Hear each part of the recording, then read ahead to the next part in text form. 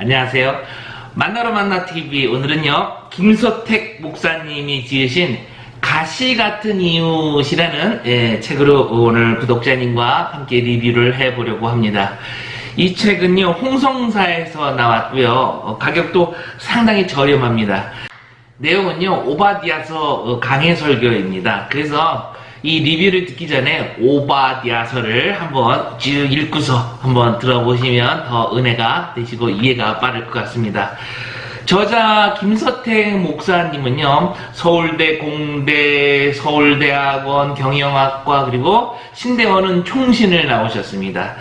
상당히 책을 많이 저술을 했고요. 이번에 책을 이렇게 몇 권 읽다 보면요 기독교 성공주의, 기독교 승리주의 이런 그 사상이 상당히 짙게 깔려있다라는 인상을 받습니다. 저는 이분과는 이제 일면식도 없지만 이 동영상에 퍼져있는 설교를 이렇게 해석하는 부분이 조금 얼렁뚱땅이고 이제 결론에만 이제 윤리적으로 막 강조를 하는 조금 나쁘게 말하면 8, 90년대 약 팔러 다니시는 그런 부흥 강사 같은 느낌을 좀 받았습니다. 그런데요, 그건 제 생각이고요. 2004년 기독일보에는 어느 기자가 저와 정반대되는 의견도 냈습니다.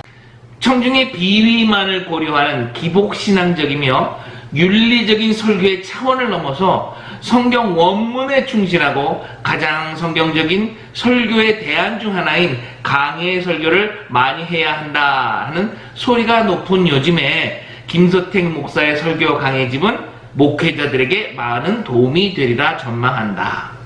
제가 한 얘기하고 정반대네요. 다른 분의 설교나 책을 비평할 때 주의해야 할 점은요 yes 혹은 no 이렇게 이분법적인 논리를 해서는 안 된다는 것입니다. A 목사님은 이래서 안 되고 B 목사님은 이래서 안 되고 C 목사님은 다 좋은데 이게 문제고 이렇게 하다 보면요 이 한국교회에 남아있을 목사님이 한 분도 안 계십니다. 마치 구약에 무슨 우상들을 진멸하듯이 그냥 찍어내고 갈라내고 하는 것이 무슨 진정한 복음의 무슨 보존이다 이렇게 생각하시는 분이 계시는데 절대로 그렇지 않습니다. 비평은 냉철하게 해야겠지만 비평의 목적이 좀 더 성경적이고 복음적인 방향성을 추구하자는 데 있는 것이지 상대방의 목사님을 도마 위에 올려놓고 그냥 난도질하자는 것이 아니라는 것 명심해 주시기 바랍니다. 그러니까 A 목사님은 이게 문제지만 저것이 뛰어남으로 우리는 A 목사님한테 저것을 배우자 이런 마음이 우리에게 있어야 할 것입니다. 서론이 너무 길었죠? 제목은 가시같은 이웃입니다. 이 책의 뒷면에는요 이렇게 써 있습니다. 왜 제 곁에 이렇게 힘든 이웃을 주십니까? 그리스도인의 원수는 멀리 있지 않습니다. 아주 가까이 있으면서 나의 약한 부분을 자주 건드리는 가족이나 친척이나 상사 중에 있습니다. 하나님께서 이렇게 힘든 이웃을 우리에게 주시는 이유가 무엇입니까? 우리는 어떻게 이 시험에서 이길 수 있습니까? 이 작은 선지서에서 그 대답을 찾아보십시오. 그 대답을요, 또 저자는 머릿말에 또 써놨습니다. 하나님께서 이렇게 힘든 이웃을 우리에게 주시는 이유가 무엇일까요? 아직도 우리 안에 변화되지 못한 못된 기질과 교만이 남아있기 때문입니다. 야곱의 형 에서의 후손인 에돔 족속들은 이스라엘 백성에게 늘 가시같은 역할을 감당했습니다. 그들은 월급도 주지 않고 특별히 부탁하지도 않았는데 자신에서 이스라엘 백성들을 길들여 주었습니다.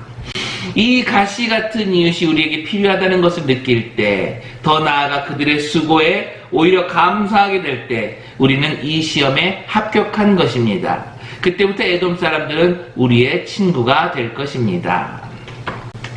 하나님은요 이스라엘을 계속해서 힘들게 하는 에돔을 완전히 심판하시겠다 그리고 하셨고 그 예언은 결국 이루어집니다. 그런데요 이 저자는 에돔과 친구가 되는 법을 알려주고 있습니다.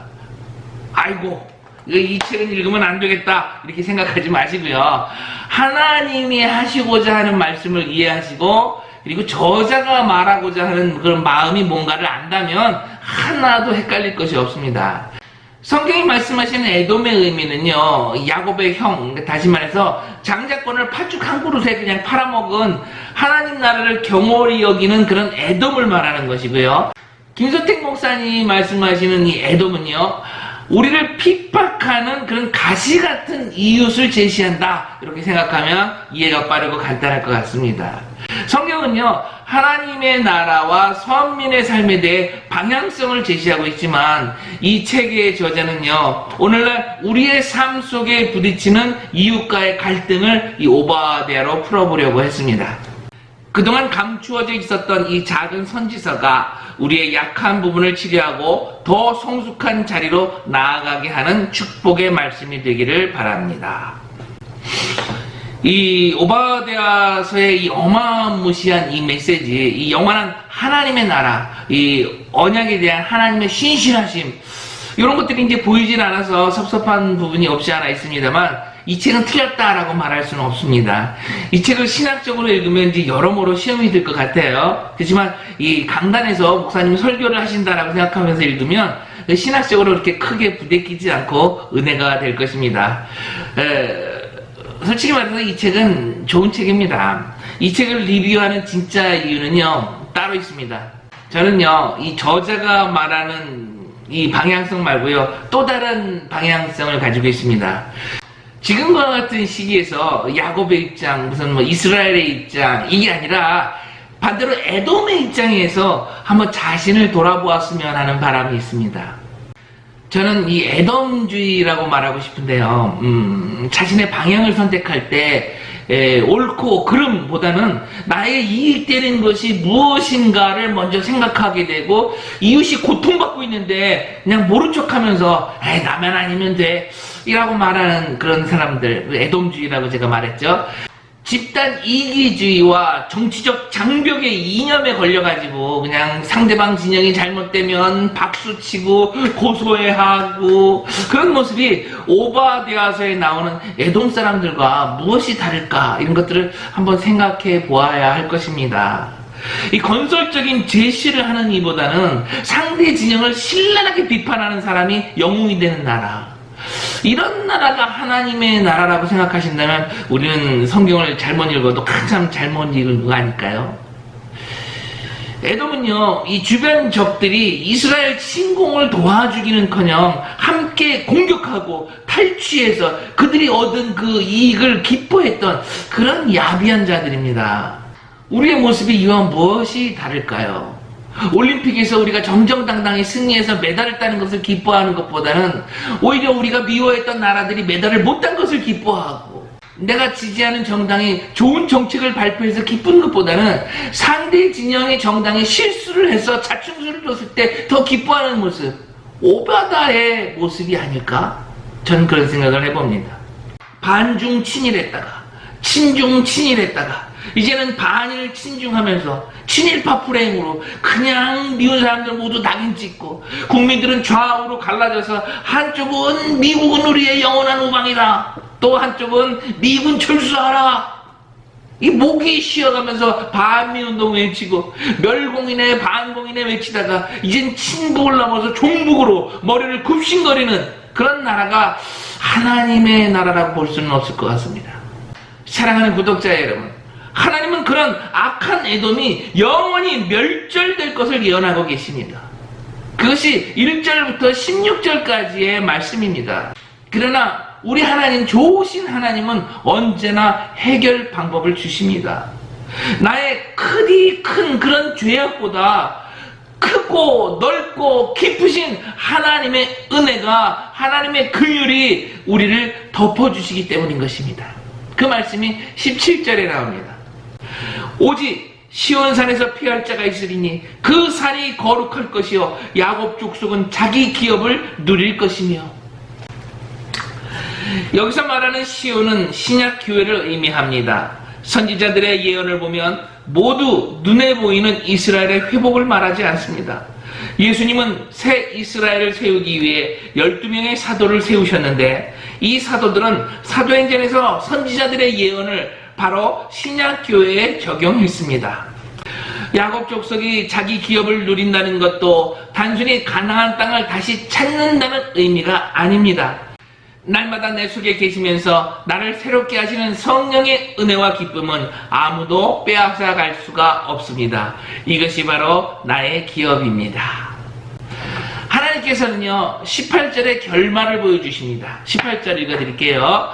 야곱 족속은 불이 될 것이며 요셉 족속은 불꽃이 될 것이요 에서 족속은 지푸라기가 될 것이다. 그들이 그들 위에 붙어서 그들을 불사를 것인즉 에서 족속에 남은 자가 없으리니 여호와께서 말씀하셨음이라.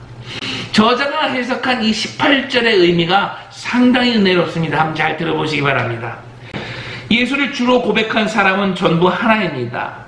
하나된 우리는 어떤 이는 불꽃을 일으키고 어떤 이는 불이 되어서 이 세상을 불태워야 합니다.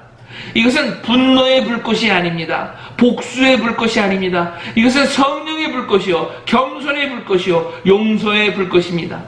하나님의 백성들이 겸손한 마음으로 하나가 되기만 하면 하지 못할 것이 없습니다. 나는 왜 이 세상에서 이도저도 못 될까를 불평하기 전에 내가 정말 겸손한가, 내가 정말 겸손의 영으로 충만한가를 생각해야 합니다. 아무리 형편이 어려워도 부부가 겸손의 영으로 하나 될 때 못할 것이 없습니다. 교회가 아무리 어려워도 그 교인들이 겸손으로 하나 될 때 어떤 사탄의 역사도 그들을 넘어뜨리지 못합니다. 할렐루야. 리뷰를 마치겠습니다. 이 코로나로 인해서 경제가 힘들고 정치 방역으로 인해 교회도 어렵고 이념의 갈등으로 인해 여러 갈등과 미움이 차고 넘쳐나는 그런 혼탁한 시대에 살고 있지만 그러면 그럴수록 우리 만나 우리 구독자님들은요 에돔 사람들처럼 자신의 이익에 연연해서 어리석은 세상 판단하지 마시기 바랍니다. 그러기보다는 영원한 하나님의 나라를 바라보면서 진짜 큰 것이 무엇이고 진짜 작은 것이 무엇인지 분별할 수 있는 그런 능력이 임하시기를 부탁드리겠습니다. 오바다서 이 마지막 하나님이 우리에게 주시는 말씀 한 구절만 읽고 마치도록 하겠습니다. 21절입니다. 구원받은 자들이 시온산에 올라와 에서의 산을 심판하리니 나라가 여호와께 속하리라.